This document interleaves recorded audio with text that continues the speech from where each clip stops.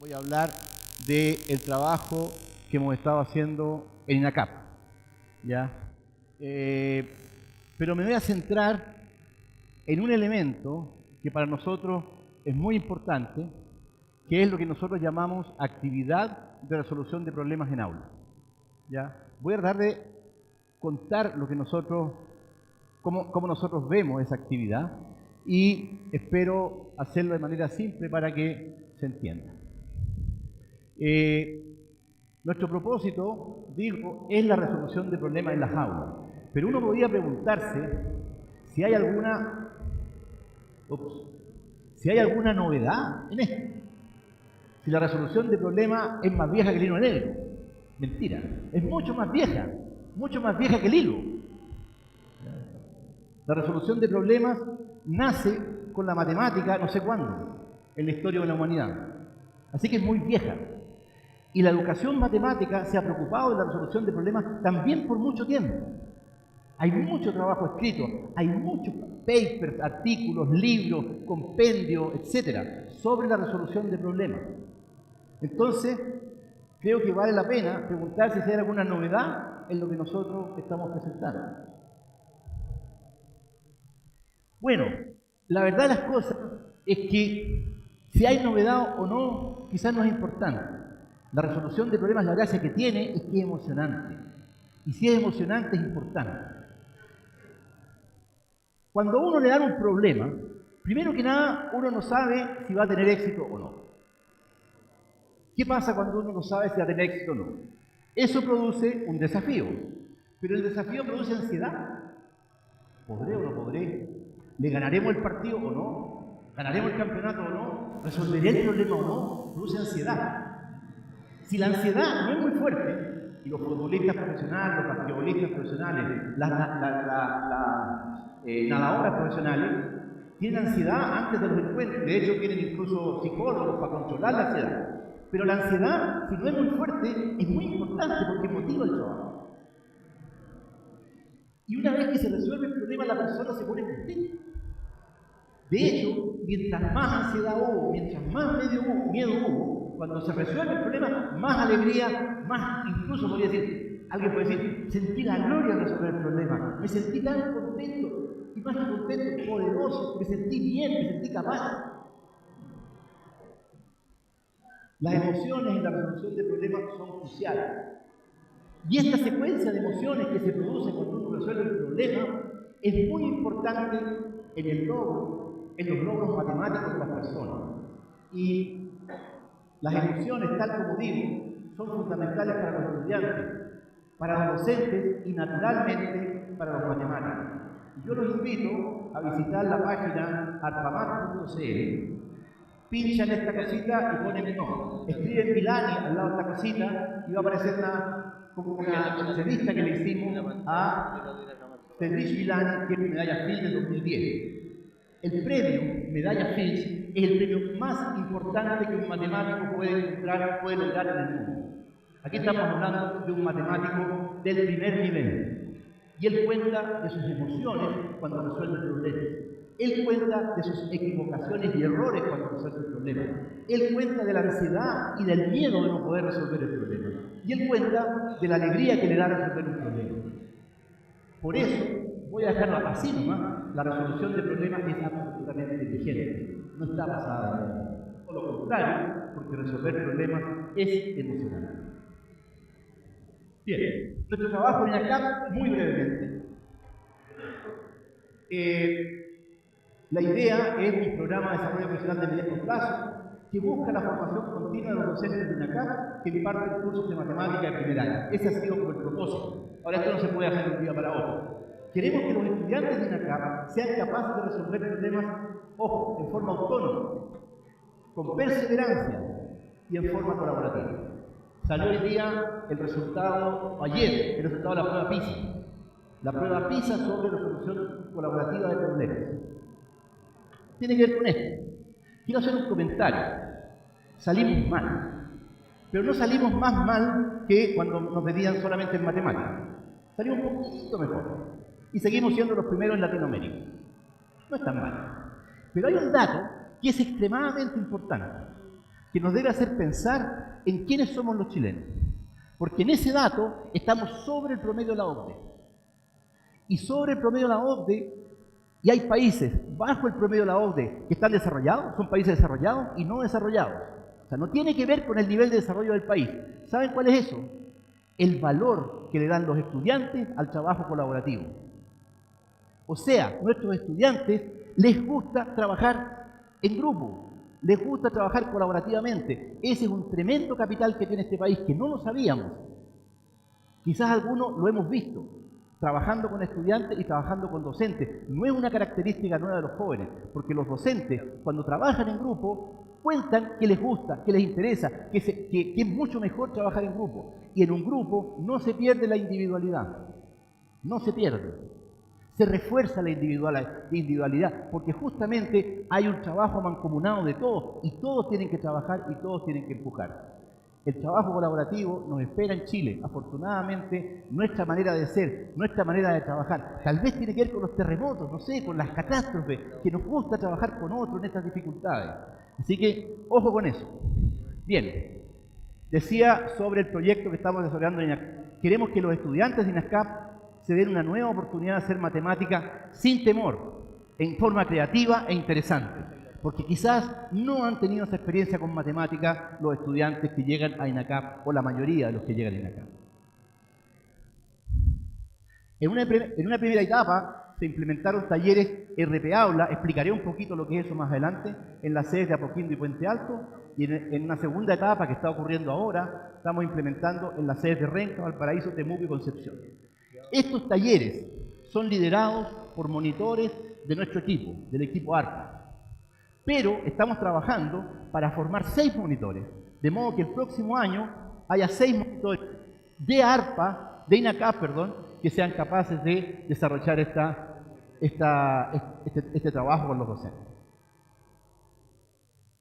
Se ha tratado, digo, porque no nos ha resultado plenamente, pero se ha tratado y hemos logrado algo importante, que todos los docentes participen en estos talleres y que realicen actividades de resolución de problemas.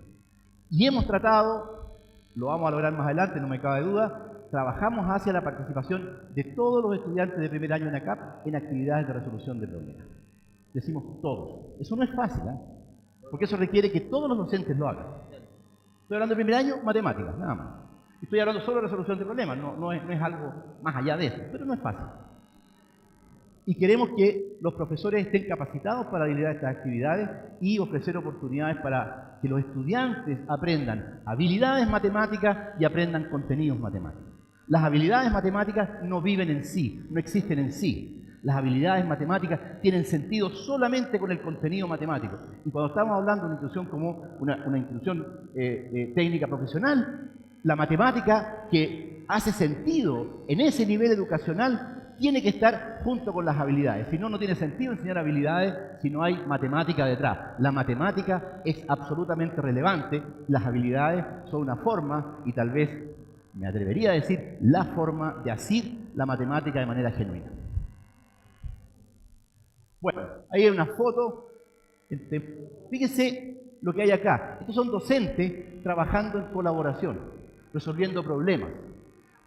Los docentes a menudo, cuando repetimos muchas veces un curso, ya no sabemos los problemas de memoria. Y es natural eso. ¿Ya? Sabemos todos los problemas típicos que aparecen. Pero cuando hay un problema distinto, ahí hay un juego. Se pone no voy a decir en jaque, se pone en juego la habilidad y el talento, la capacidad, la creatividad, la perseverancia del docente. Esos son docentes trabajando y resolviendo problemas en equipo. Lo mismo nos pasa ahí, bueno, ahí se me pasó, Valparaíso, Renca, los docentes trabajando y resolviendo problemas. Ese es el primer taller, la primera sesión del taller que hicimos en 2017. Bien, gran parte de esta presentación la voy a dedicar a la actividad de resolución de problemas en el aula. Es simplemente una clase de 45 minutos, 90 minutos, 80 minutos, lo que dura la clase, en que se va a resolver un problema. Y lo que yo les quiero describir es lo que nosotros pensamos que puede ser útil hacer en ese momento, en esa actividad de resolución de problemas. Los docentes de INACAP que han estado trabajando con nosotros han vivido esto con sus estudiantes. Yo voy a hacer una cosa ficticia. Bien. Decía que ARPA es una unidad de trabajo básica para el uso y la resolución de problemas en el aula. Y el elemento clave es el problema. Primera cosa, el problema. Quizás algunos estarán dudando, pero ¿cómo? Una clase de 90 minutos con un problema. Sí, con un problema. Un problema. No una lista de problemas, un problema. En el ARPA distinguimos 3 etapas. Estas etapas simplemente tienen el propósito de presentar ciertas ideas. No son etapas bien definidas, con tiempo. Son ideas que hay detrás que las distinguimos en 4 etapas. Son 4. La primera es la que llamamos entrega. Es cuando se inicia la actividad, cuando los estudiantes reciben un problema e inician el trabajo. Después, lo que llamamos la activación. Los estudiantes ya recibieron, conversaron 2 segundos y ahora empiezan a activarse y empiezan a pensar cómo hacer el problema. Esa es la activación. Una vez que resuelven el problema, nosotros le llamamos consolidación. ¿Ya? Cuando ya los estudiantes son capaces de explicar cómo se resuelve el problema. Y finalmente hay una discusión plenaria, donde se discute entre todos lo que pasa. La primera y la última instancia es con el curso completo. ¿Ya? Claro, se inicia todo con el curso, después se trabaja en grupo y finalmente hay una discusión de curso completo. El trabajo en grupo es crucial desde nuestro punto de vista. Piensen ustedes en los estudiantes que tienen en los primeros años de los centros de formación técnica. No van a trabajar solos en el futuro, siempre van a trabajar con otros, resolviendo cosas, problemas de distinta índole. Así que el trabajo colaborativo es crucial. Y no solo es crucial acá. Pregúntenle a cualquier profesional. En estos días ya no existe el profesional que trabaja solo. Un científico, un matemático, un informático, un médico. Todos trabajan en equipo. No es posible en nuestros tiempos trabajar solo. O sea, sí es posible, pero la vida es fome y además las posibilidades de entender y avanzar es mucho menor. Es fome. Bien. Decía que usualmente dura 45 minutos, un ARPA, que es Actividad de Resolución de Problemas en el Aula, que calza con nuestra sigla, que es Activando la Resolución de Problemas en el Aula. Lo calza, afortunado, ¿ya? Pero la duración, como decía, es realmente variable. Y ahora hay una cosa crucial, porque dice, un ARPA exitoso permitirá a todos los estudiantes resolver el problema. El problema, si el ARPA tiene éxito, es que todos los estudiantes van a resolver el problema. ¿Cómo? Eso me suena raro. Vamos a hablar un poco de eso. Pero ahora, evidentemente que como cualquier clase, hay veces que las cosas no salen exactamente como uno quería. ¿Ya? Pero la ARPA exitosa, lo que uno quiere, lo que uno busca, y algunas veces va a ocurrir, otras veces va a ocurrir más o menos, y el día que uno venía enojado no resulta. Pero, de alguna manera, eso es lo que se busca y eso empieza a ocurrir. Ahora, ¿por qué es tan importante esto de que todos resuelvan el problema? Una de las cuestiones que ocurre es que los estudiantes en cursos de matemáticas se sienten frustrados, sienten que no pueden, sienten que no son capaces, les desagrada lo que están haciendo. ¿Por qué? ¿Es por la matemática el problema? ¿El problema es la matemática? Yo les dije que la matemática era emocionante. Si me creyeron, no puedo entender por qué algunos estudiantes no les gusta la matemática. No, que no les guste está bien. Hay gente que no le gusta la música, o no mucho, pero que le odien, que sea un desagrado. ¿Por qué puede pasar eso? Es porque probablemente están frustrados, porque nunca han podido tener éxito. Eso es súper fundamental cuando uno tiene cualquier actividad en la vida. Si uno, imagínense ustedes tienen un club de fútbol y me han empezado a retar. Ustedes tienen un club femenino de básquet, ¿ya? Y entonces ese club, ¿ya? Se va, arma un equipo y resulta que pierde todos los partidos. Juega con el colegio de la esquina, pierde. Con el colegio de la otra esquina, pierde. Vamos a Rancagua. Con el colegio, pierde. ¿Qué es lo que van a hacer? Desarman el equipo. Se aburren. ¿Ya? Y con la analogía del fútbol, cuando la selección está ganando, todo en el estadio, y cuando se pone mala la cosa, no va. A nadie le gusta perder. Y entonces, si tú pierdes muchas veces, te aburres, te cansas y quieres hacer otra cosa. Eso no sucede, pero eso no es una característica de la matemática. Es una característica de cómo estamos enfrentando la matemática en el aula, que hace que lo que nosotros pedimos a los estudiantes no está al nivel que tenemos que pedirlo. Está más alto. Entonces, no llega. Y todos los años está más alto. Entonces, ya no tiene más con la matemática. Bueno, insisto que un ARPA exitoso, todos los estudiantes deben resolver el problema. ¿Y por qué es importante? Porque deben sentir que pudieron. Todos después de una clase deben sentir, yo pude hacerlo. Si no, la clase no me sirvió, me sentí mal, me aburrí, no pesqué, no entendí, no quiero más esto. Y los niños quieren ser técnico eléctrico, quieren ser ingeniero mecánico, quieren ser gastrónomo. Estoy en matemática acá y resulta que no llego, no alcanzo, no puedo, me frustro. Es importante que todos puedan. Bien, antes de continuar, como estamos hablando problema, vamos a ponernos de acuerdo qué entendemos por problema. ¿Ya? Y esta definición no tiene ninguna pretensión de ser una definición técnicamente perfecta o que se pueda sacar de alguna investigación. Es tratar de poner los temas mínimos que parecen relevantes para que sea un problema. Primero, tiene que ser una actividad matemática para que distingamos de los problemas de amor, los problemas del estómago, ¿no es cierto? Tenemos que ponerla en el campo. Es de matemática, ya, estamos hablando de matemática acá. Podría ser de ciencia, podría ser de escritura, pueden ser de otras cosas. Pero aquí es de matemática. Entonces, lo más importante, lo primero, es que la persona que la enfrenta no sabe cómo resolverlo. Eso es claro. Si la persona sabe resolverlo, no es un problema. Yo digo que cuando a uno le dan un problema, ustedes imagínense, yo les doy una hojita y ustedes lo leen y se dicen, sí, hago esto, otro, eso no es un problema. Hago esto, qué largo, después esto, qué difícil, qué largo. Eso no es un problema. Un problema cuando ustedes lo leen y dicen, ¿qué voy a hacer aquí? Ese es un problema. No saben cómo resolverlo. ¿Ok? Esa es la primera condición. Los matemáticos nunca resuelven problemas que saben hacer. ¿O no? Siempre resuelven problemas nuevos. No conoce un procedimiento que le lleve a la solución. Pero la persona tiene que tener interés. Si no tiene interés, no es problema. No voy a decir, eso no es problema para mí. Yo no me interesa el problema. Para que sea problema tengo que estar interesado. Tiene que significar un desafío para mí. Pero no un desafío que me haga sentir que no voy a poder. Tiene que ser un desafío que yo siento que voy a poder. Ese es un problema. Todo lo demás sobre un problema es irrelevante. Y lo digo con un poco de exageración. ¿Por qué? Porque nos han hecho creer que los problemas que son interesantes para los niños, para los jóvenes, son problemas contextualizados. Y si no, la cuestión no funciona. Y eso es falso. Más falso que... ¿A quién le gusta jugar al sudoku aquí? Siempre hago eso. ¿A quiénes juegan al sudoku? Ya. Levanten la mano, no tengan miedo. Ya.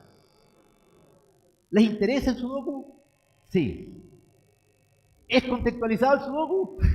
No, el sudoku es lo menos contextualizado que existe. Y aquí hay personas que se interesan por el sudoku, se desafían por el sudoku y eligen el sudoku que pueden, pero que no es muy fácil, que sea un desafío. ¿Cierto? Usted en la página del diario eligen el que está ahí. Ese es un problema. El hecho que esté planteado en un contexto matemático o no, no es relevante. Lo de arriba es relevante. Es posible que el interés por el problema sea el contexto. Puede ser. Pero esa no es una condición. Bien. Y ahí tiene un problema. ¿Cuántos cuadraditos hay? ¿Alguien me quiere decir rápido? A ver. Ya. ¿Alguien más está contando por acá? No, 30 no es. ¿Alguien más está contando por aquí? 25. 32, 29. ¿Ya? El profesor conoce el problema y está bien. ¿Ya? Ese no es un problema para él. Pero no es obvio cómo hacerlo. Y todos tratando de contarlo. Parece fácil, es un desafío, me interesa, contexto, nada. Bueno, ese es un problema. ¿Cuántos cuadraditos puedes contar? Y voy a jugar con este problema para explicar lo que es un arpa. Entonces, este va a ser el arpa este va a ser el problema de un arpa. Vamos a juntar a un grupo de estudiantes para trabajar durante 45 minutos o un poquito más, y los estudiantes van a trabajar en este problema. No estoy diciendo de qué nivel son, así que no piensen que es muy fácil o difícil. Son estudiantes, ¿ya? Y ese es el problema. Bien. Dijimos que distinguíamos 4 etapas y vamos a ir una a una por las etapas. La etapa que llamamos de entrega, cuando esto se inicia. Dijimos que iban a trabajar en grupos, pero vamos a hacer una pequeña cosita con los grupos, que para nosotros es fundamental que se haga, y que se haga siempre. Esto es como un axioma, siempre. Si ustedes no creen que funciona, háganlo 4 veces, y después de la quinta se van a dar cuenta. Y si no creen y no lo hacen, bueno, cada uno tiene libre de hacer lo que quiere. Pero nosotros decimos, háganlo. Realizar trabajo en grupo, pero elegir los integrantes al azar. Eso es extremadamente interesante, porque a la larga, después de todo un año haciendo esto, una vez por mes, durante 10 meses, se mezclaron. Imagínense un aula con grupos que tienen distinto origen étnico. Se mezclan, se conocen. Un aula en que hay hombres y mujeres. Si ustedes le dicen, júntense como ustedes quieren, es posible que muchas de las niñas quieran trabajar con las niñas y muchos de los niños con los niños. No, mézclenlo. Grupo aleatorio. Todo mezclado. Siempre mezclado. Siempre mezclado. Es la clase. Segundo, que se proponga un problema que sea desafiante. No una cuestión fome y larga. Tiene que ser un desafío, algo que siento que puedo y no sé hacerlo, pero siento que puedo. Me interesa.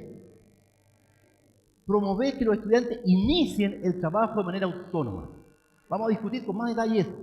Y, finalmente, promover el trabajo en grupo en colaboración. Yo no sé si ustedes han visto o les ha pasado. Que ustedes se ponen a un grupo de estudiantes, los ponen en grupos de A4 y les dan un problema.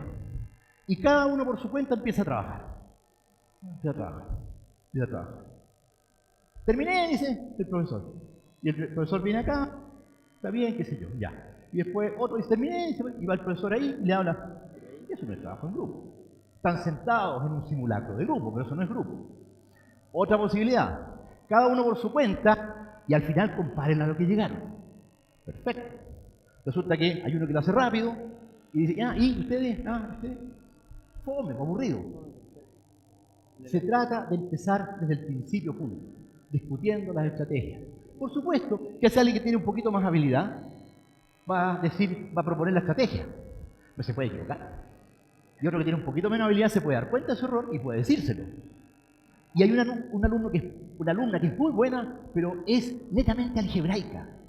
Y hay otro chico que no saca tan buenas notas, pero es como geométrico. Y el problema es que es medio geométrico y le dice, oye, no, ¿por qué no lo hacemos así? Porque la ecuación no te va a funcionar acá. Entonces se produce intercambio, y si eso empieza del principio, es totalmente distinto a lo que pasa, y los estudiantes les gusta. La prueba PISA dijo que les gusta trabajar en grupo, conversando de las cosas que están pasando. Bien, eso es la entrega. Después viene lo que llamamos activación, y aquí hay una cosa que llamamos simplificación y extensión de la actividad. ¿Qué objetivo tiene eso? Yo les dije que se les iba a presentar un solo problema para los 45 minutos o para los 90 minutos. Pero hay algunos grupos que lo van a resolver rápido. Tengo que estar preparado. Van a haber algunos grupos que van a quedar pegados y no saben resolverlo. Tengo que estar preparado. Para eso vengo con simplificación y extensión. Durante la activación promuevo el trabajo en grupo de nuevo. En colaboración. O sea, que trabajen juntos, no que cada uno por su cuenta. Y docente, interactúo con los estudiantes con preguntas. Solo preguntas. No es tan simple al principio. A uno le gusta enseñar. Entonces llama un alumno, dice, profe, ¿aquí cómo lo hago? Mira, hay que potenciar la X porque es variable. Entonces tenéis que escribir una ecuación de segundo grado y ahí lo resolviste. Gracias. Se acabó el problema. Pero nos gusta explicar, nos gusta decir cómo. Tenemos que quedarnos atrás. ¿Ya? Y hacer una pregunta. Voy a mostrar, en el ejemplo del cuadradito, les voy a mostrar cómo puede ser eso. Solo a través de preguntas, no decir cómo. Jamás de los jamás dan la solución del problema. Está lleno de soluciones, está lleno de problemas que los matemáticos no saben resolver. Y no pasa nada. Uno puede tener un problema que no sabe resolver. ¿Qué tiene de malo? Todos los matemáticos tienen 8 problemas, 8, casi todos sin resolver. Entonces uno puede vivir sin resolver un problema. Si un estudiante no resolvió un problema, no pasa nada.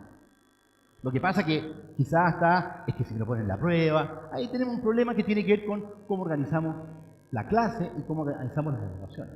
Pero siempre hay problemas que uno no sabe resolver. Ustedes, profesores, profesoras, yo, profesor, tengo problemas que no sé resolver. Es normal. Así que no hay que dar resolución a ningún problema. Esa es nuestra propuesta. Bien, seguimos. Cuando terminaron el grupo, cuando terminaron de trabajar, hacer simplificaciones, extensiones, claro, porque todavía estamos ahí en esa zona difusa. Yo les dije que las etapas no son etapas así, son zonas, digamos, de trabajo. Interactuar con los estudiantes en base a preguntas, siempre, cuando se consolida también. Cuéntame lo que hiciste, ¿por qué hiciste eso? Preguntar cómo y por qué. En nuestras aulas no se pregunta cómo y no se pregunta por qué. Varios estudios. Las veces que la pregunta es ¿cómo lo hiciste? ¿Por qué hiciste eso? No se hace esa pregunta. Hacer esa pregunta, se dice, preguntar eso es parte de la consolidación. Hacer preguntas o proponer actividades que vayan más allá de lo que hicieron los estudiantes. Eso pasa en la consolidación. Y finalmente en la discusión plenaria, primero que nada, seleccionar intencionadamente a los expositores en las plenarias. Yo voy a hacer una caricatura. Si tiene que ver con la realidad, ustedes pueden juzgar. Clase de 90 minutos, guía de ejercicios para los estudiantes. De 45 minutos. Guía de ejercicio para los estudiantes. A los 28 minutos hay un alumno que terminó.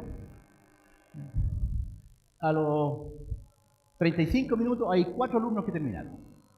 Estas eran alumnas. ¿Ya? Y a los 45 minutos hay 8 que terminaron y el resto no terminó. Entonces, vamos a hacer una plenaria, estudiantes, para que los alumnos, para que Jorge y Marcela, que terminaron y hicieron los problemas, le expliquen a ustedes cómo se hacían. Y pasa Jorge y Marcela y explica cómo se resolvió el problema. Y con eso uno sigue contento porque todos los cabros entendieron. Jorge y Marcela siguen ahí, porque los llaman, porque son los mejores, y el resto sigue perdido. Eso es lo que pasa. Es una caricatura, pero no tan lejana de la realidad.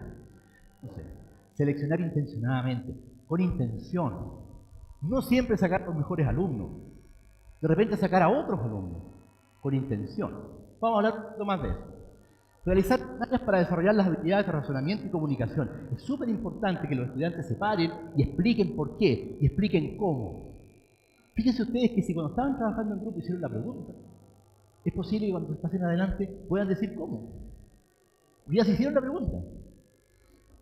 Y finalmente, estimular que los estudiantes se involucren y empiecen a conversar de lo que está hablando su compañero.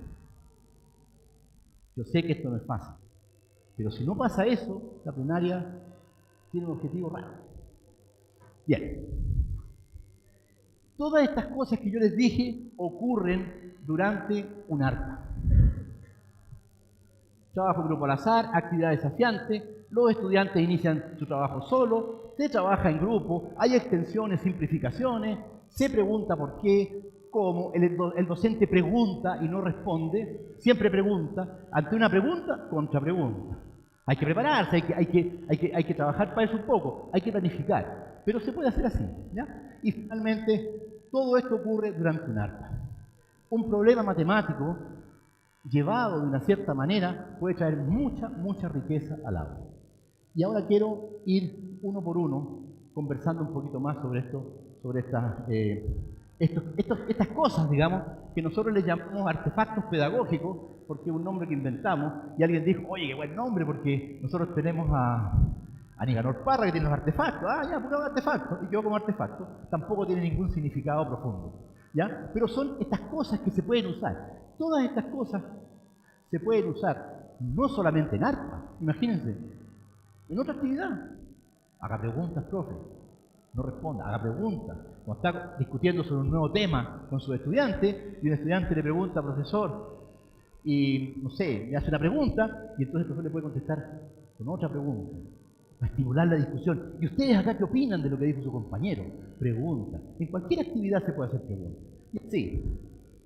Dar como ¿qué se puede hacer en cualquier actividad? Una clase de ciencia, es obvio. Una clase de historia, de lenguaje. Son artefactos pedagógicos que se pueden usar siempre. Ahora, hay una gracia que todos ocurren en arte.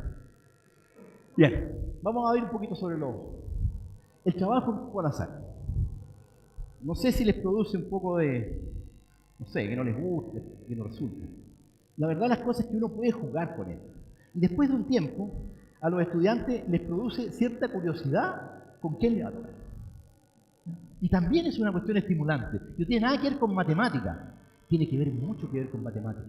¿Por qué? Porque estar estimulado para trabajar me permite hacer matemática. Estar aburrido, estar sin ganas, no me permite hacer matemática.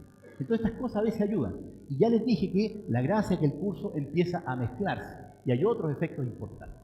Bien, ahora, ¿cómo se puede hacer? Bueno, con Naipes es lo más fácil. Si son niños chicos se puede hacer así. Y si, no sé, son más tecnológicos, hay unos programas de computación que se pueden hacer con el celular. Incluso le pueden pedir a los chicos que hagan un programa para que a todos les llegue con quien le toca.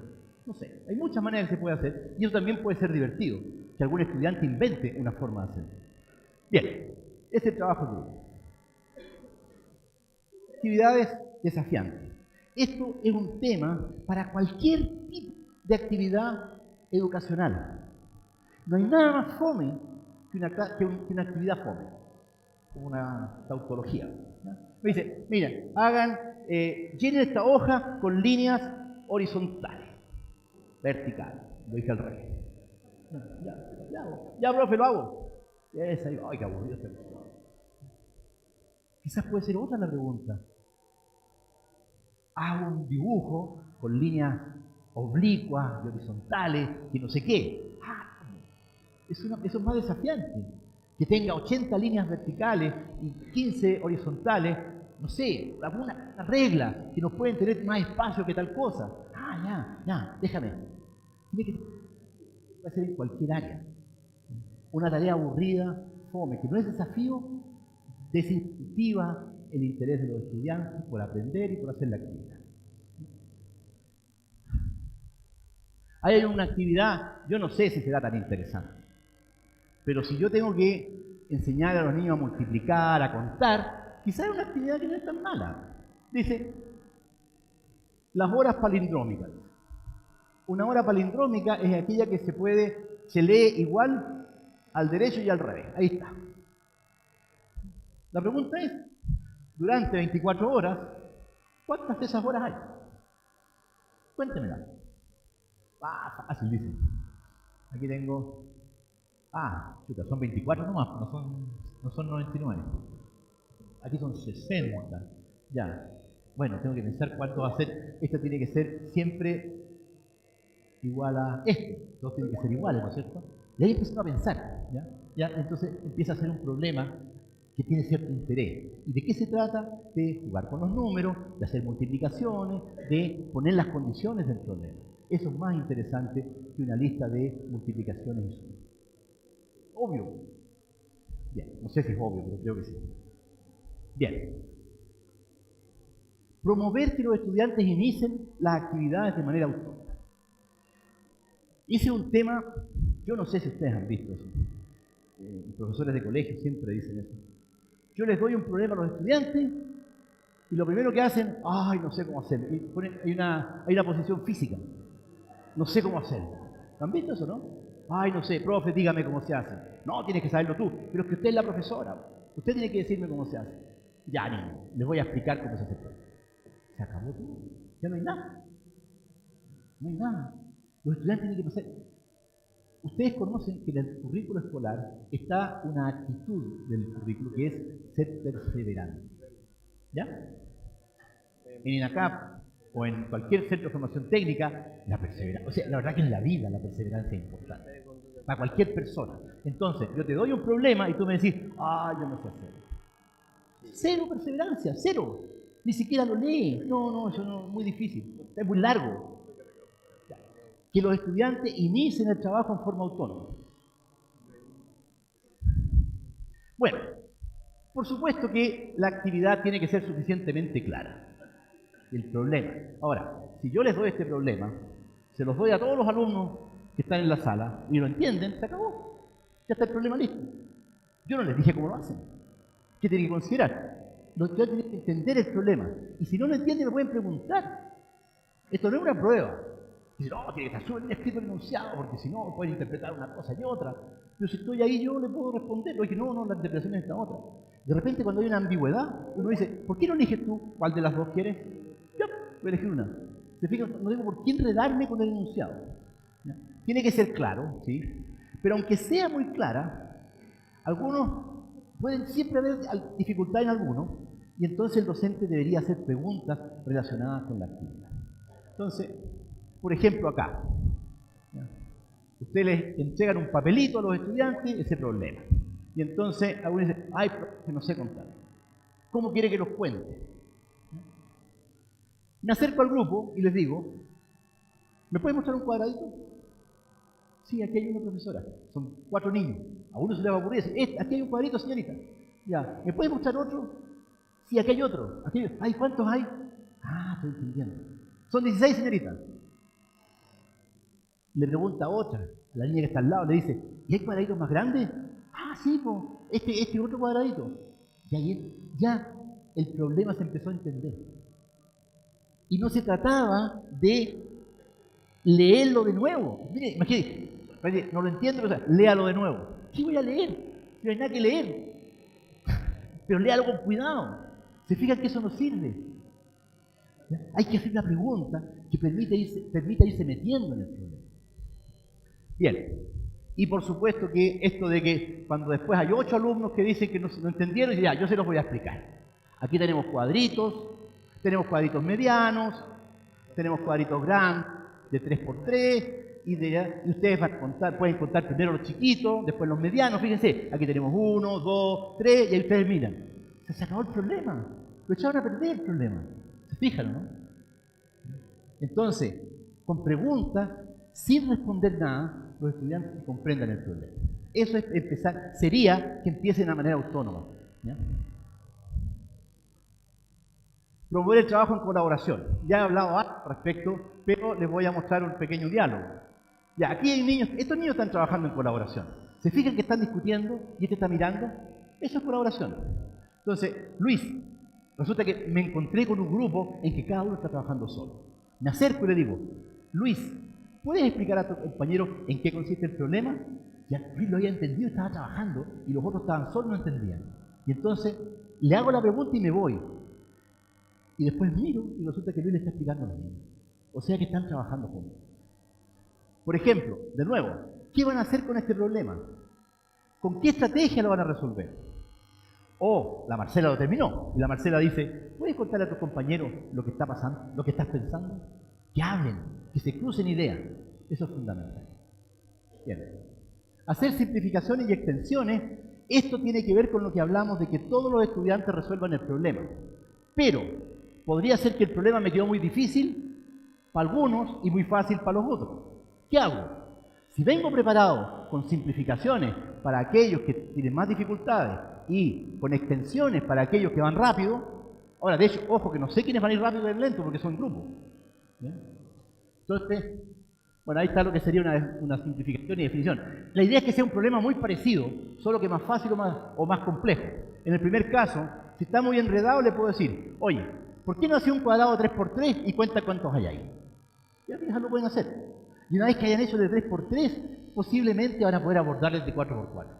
Por otro lado, si un grupo terminó con el de 4×4, y le puedo decir, oye, ¿y si fuera 5×5? Ah, profe, está más difícil, po. Y se van a poner a trabajar en ese problema, porque es un desafío de nuevo. Y si lo terminaron, le dicen, no pasan a 6×6, porque ya están menos preparados que le van a preguntar 6×6, y le dicen, ¿y el 7×7? Ah, profe, usted nos está desafiando, ya, pues vamos a tratar de hacerlo. Una extensión, ¿ya? ¿Se entiende ese concepto? Entonces yo puedo, y además que son grupos, yo no necesito, si tengo un grupo tengo 30 alumnos, no necesito hablar con cada uno. Hablo con 10 grupos si los hago de a 3. Y es más fácil hablar con 10 grupos que con 30 estudiantes. Uno. Bien. Interactuar con preguntas. Está repetido acá. Cada vez que un grupo tiene una pregunta, usted docente se acerca y le dice, ¿cuál es su pregunta? Entonces el estudiante le hace una pregunta y usted le contesta con la pregunta. O sea, no le contesta. Pero si la pregunta la pensó antes o se le ocurrió, casi nunca se le ocurre a uno, hay que pensarla antes. Si uno la ha pensado antes, va a ser una buena pregunta que va a dejar a los estudiantes trabajando. Aquí hay unos ejemplos, bueno, que este problema es sencillo. El grupo dice, no entendemos el problema. Bueno, eso ya creo que lo hice. Pueden mostrarme el cuadrado pequeño, uno más grande, ya. Después hay un grupo que dice, contamos 17 puntitos, profesor. Entonces, ¿qué podría decirle yo? No, está mal. ¿Cómo le voy a decir está mal? ¿Hay cuadrados medianos? Ah, profe, tiene razón. Se fijan, una pregunta los enchufa de nuevo con el problema. Donde dije estaba malo, ellos se dieron cuenta que faltaba. Otro grupo dice, hay 29 cuadraditos, como alguien dijo por aquí. Cuéntenme, ¿cómo los contaron? Y ahí empiezan. Dicen, mire, tenemos 16, listo, por un lado tenemos uno grande, son 17, y aquí tenemos 1, 2, 3, ay, se me perdí. Ya, pues sigan trabajando, porque ustedes no han contado los números. O sea, ustedes no saben cómo contar todavía, y que sigan trabajando. Me voy y lo dejo trabajando. ¿Bien? ¿Están seguros? Porque de repente uno dice, no, son 30 profesores. ¿Están seguros? ¿Apostaría 10 lucas? Entonces no están seguros. Asegúrense para que puedan explicar cómo lo hicieron. ¿Ya? O sea, la idea es que el estudiante sepa que está correcto. No porque yo lo digo, no porque el profesor, la profesora dice, bien, lo hiciste bien. No, porque el estudiante sabe que está bien. Y finalmente, que expliquen cómo lo hicieron. Preguntar cómo y por qué. Eso es fundamental ir más allá del resultado. Si alguien hizo un desarrollo, ¿por qué lo hizo así? ¿Por qué hiciste eso? Por ejemplo, acá con lo mismo. Dice, un grupo dice, encontramos 30 cuadraditos, profesora. Una pregunta es, ¿seguros de que no hay más? La otra es, dígame cómo los contaron. Si se les enredan en el camino, sean felices ustedes, porque los tienen trabajando y los tienen pensando, que es lo único que uno quiere en matemática, que piensen y resuelvan. Pedro dice, son 30 cuadraditos, profe. Ah, y tú, Juan, ¿puedes mostrarnos tú cómo lo hicieron? Estoy cruzando. Uno me dice que lo resolvió, y yo me doy cuenta que el otro está en duda. Cuéntamelo tú. Cuéntamelo tú. Profe, que él lo hizo. Ah, entonces no han resuelto el problema, porque el problema se resuelve cuando todos pueden resolver. Aquí hay otro, dice. ¿Puedes ordenar la forma de contar los cuadraditos? O sea, de alguna manera el grupo los contó y los contó bien. ¿Ya? Pero yo les digo, ¿pueden encontrar la forma de ordenarlos, de contar los cuadraditos? Y entonces uno se va y al ratito dice, profesor, lo hicimos. Y aquí está, mire, 1 por 1, 2 por 2, 9, 3 por 3, 4 y 4 por 4, 1. Ah, ya. ¿Me puede decir algo de esos números? Son cuadrados perfectos, profe. Ah, ¿y por qué son cuadrados perfectos? ¿Se fijan? Sigue la cosa. No se acaba nunca. Se acaba la clase, por supuesto, no se va después. Hacer preguntas que profundicen el razonamiento, que vayan más allá. Por ejemplo, acá tenemos, mire profesor, lo que encontramos. 1 al cuadrado más 2 al cuadrado más 3 al cuadrado más 4 al cuadrado igual 30, profesora. Mire lo que encontramos. Entonces, la pregunta que uno podría hacer es, ya, ¿y cuántos hay si son 5 por 5? Probablemente rápidamente van a sumar de 5 al cuadrado. ¿Ya? Muy bien, otros dicen, sumamos y nos da y encontramos el patrón, profe, sabemos resolver todos los problemas. Ah, sí, muy bien, qué bueno, está bonito. ¿Qué significa 2 al cuadrado? Ah, son los cuadrados por 2, pues, profe. A ver, ¿los 2 por 2? ¿Cuántos son? 4. O sea que si el problema es de 5 por 5, son 4 2 por 2. Ah, no, ¿qué significa 2 por 2? ¿Por qué está 2 al cuadrado ahí? Ah, profe, no. Ya. O sea, estos números tienen significado y tienen la gracia que se van agregando al revés. Y entonces como que uno cree que el 2 al cuadrado son los cuadrados por 2. Pero eso que el 2 al cuadrado son los cuadrados por 2. Vale. Bueno, es un juego que aparece acá que hace profundizar la discusión. Después, hay uno que dice, bueno, este es para los grandes números. ¿Cuántos cuadraditos hay si tenemos n por n? ¿Puedes encontrar una fórmula? Sí, profe, la suma de los n cuadrados. Ah, bien, pues. ¿Y cuánto vale eso? Que no me acuerdo. Ya, pues, ahí tenía un problema. ¿Cuánto vale? Pues búscala. Y si ya se cansaron de hacerles preguntas, les pueden decir, oye, ¿y cuántos rectángulos hay? Se fue el chancho, profe. ¿Se fijan? Hay una infinidad de cosas. Evidentemente que este problema es muy sencillo, pero hay muchos problemas que tienen estas características y son extremadamente buenos para trabajar con estudiantes de distintas capacidades, de distintos niveles, y trabajar con interés. Bien. Seleccionar intencionadamente a los expositores. Ya les decía, el docente debería pensar. Ahora, esto se piensa 1, 2 y 3 veces y la cuarta ya uno sabe hacerlo. ¿Ya? Entonces, debería pensar, ¿qué quiero hacer con la plenaria? Un objetivo de la plenaria podría ser el siguiente. Yo quiero que todos mis estudiantes pasen durante el semestre a la pizarra. ¿Ya? Todos. Entonces, resulta que un día, ese estudiante que tenía dificultades, que le costaba, resulta que resolvió el problema en la forma más sencilla.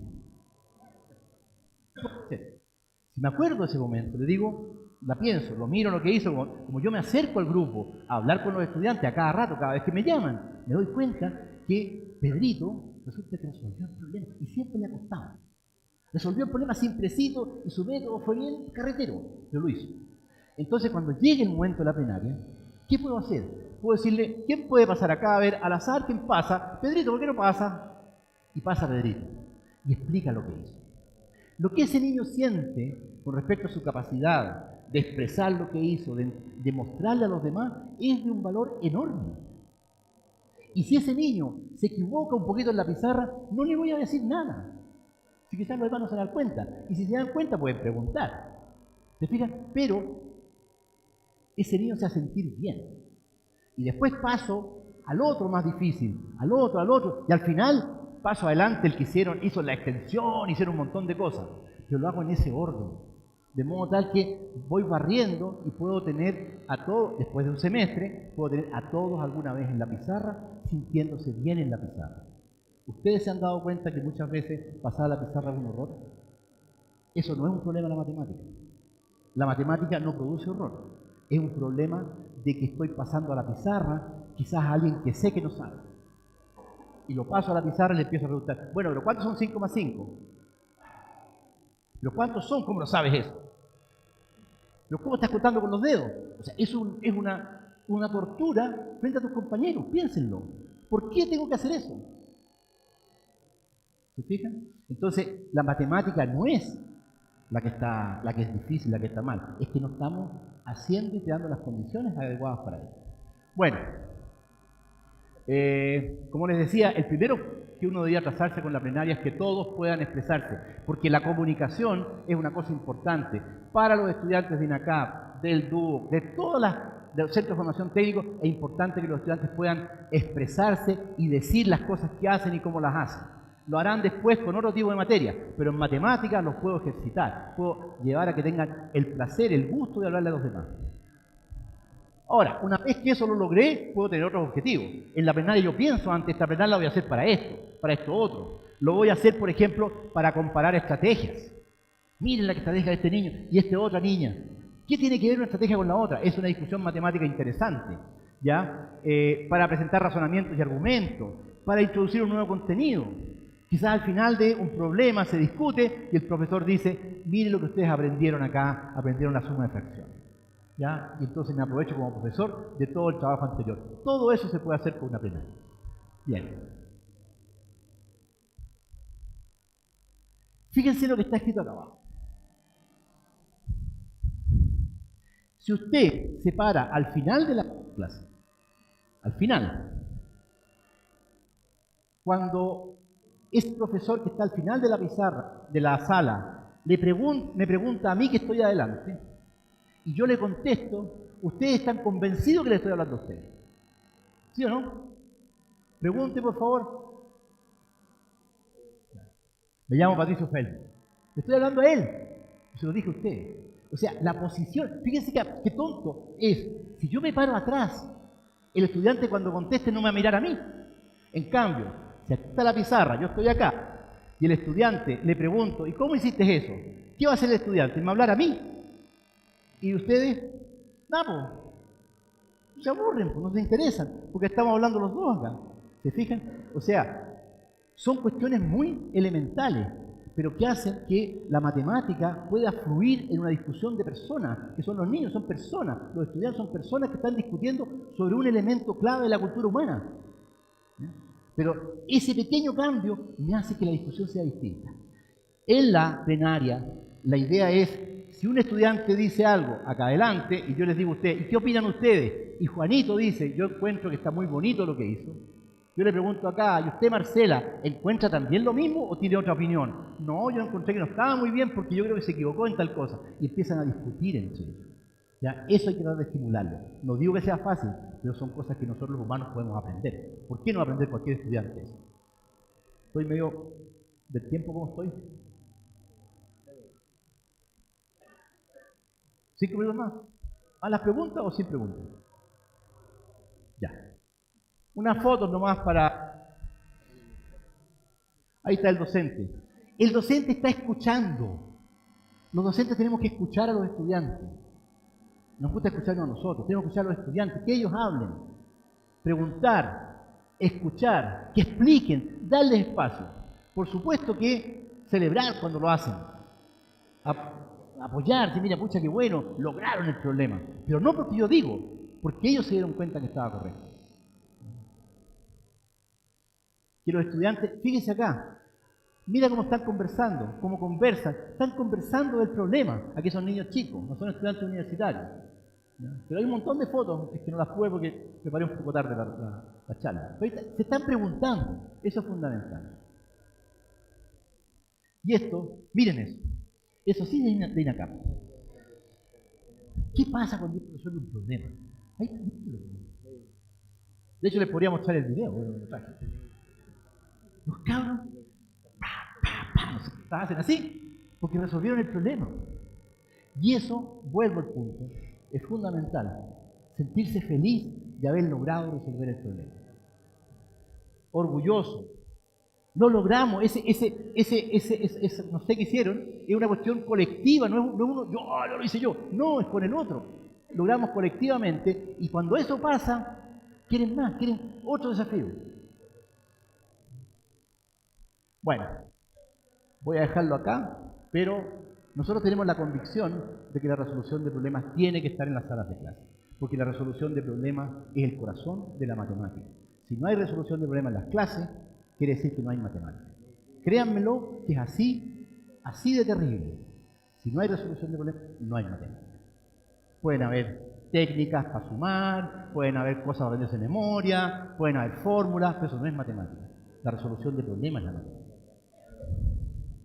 No me cabe duda que en los centros de formación técnica la resolución de problemas es clave. De hecho, casi todos los centros de formación técnica dicen que el perfil dice que nuestros estudiantes sean capaces de resolver problemas. Eso, resolver problemas, con mayor razón. Y no me cabe duda que en las universidades también. Les quería mostrar unos pequeños resultados de investigación que los voy a saltar y voy a terminar aquí. A ver si puedo terminar, porque quería una última frase. Pero parece que están medias malas las... No sé qué pasó aquí.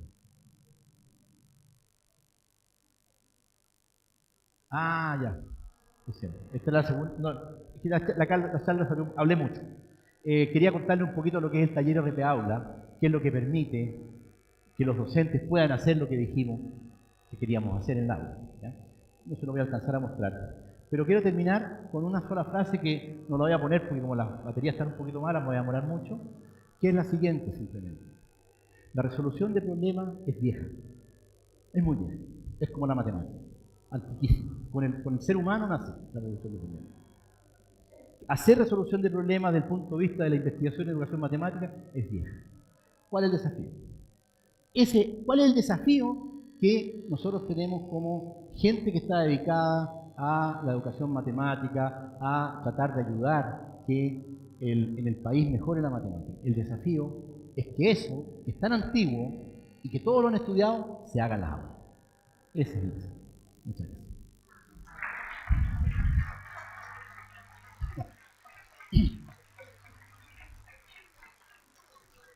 Ahora pueden preguntar.